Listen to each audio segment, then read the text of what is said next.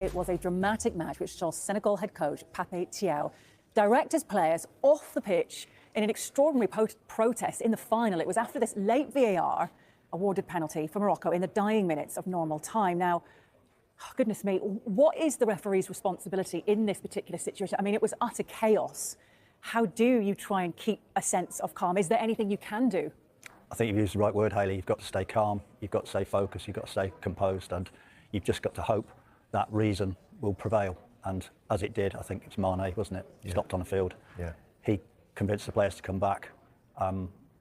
He did a great job because he brought them back. It was, I feel for the referee. You know, it's probably one of the biggest games of his life. Yeah. You know, he's in that environment, and it's suddenly out of his hands because he can't physically go and wrestle them players back on. He's got to thank Mane and say, you know, thanks for taking responsibility and ensuring the game restarted. Had they have not come back out, what would have happened? Would the trophy have been awarded to Morocco? Oh, who knows?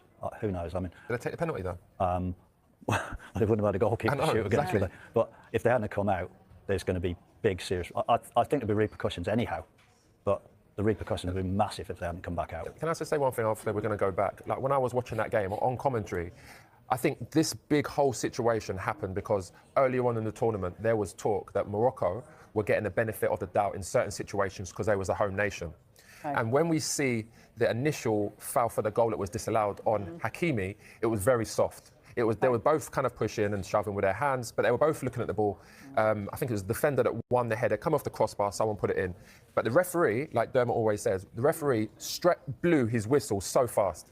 And it was a situation where if he had just given himself time to wait and assess the situation, he probably wouldn't have made that bad situation. The ball goes up the other end. And again, it was another really soft decision on Diaz, where I think it's Juf, he's put his arm around, yeah, he's had his hand on his neck. But when you freeze it, it can look a certain way, but it was really soft again. And the referee gives the penalty. That's when the manager and everyone started, you know, there was a big caracas on the side, everyone's arguing, the players are arguing. And actually Diaz went up to the referee and it looked like he convinced the referee to give the decision. And that's when all this started. And that's when the manager was like, get everyone off the pitch, go into the dressing room.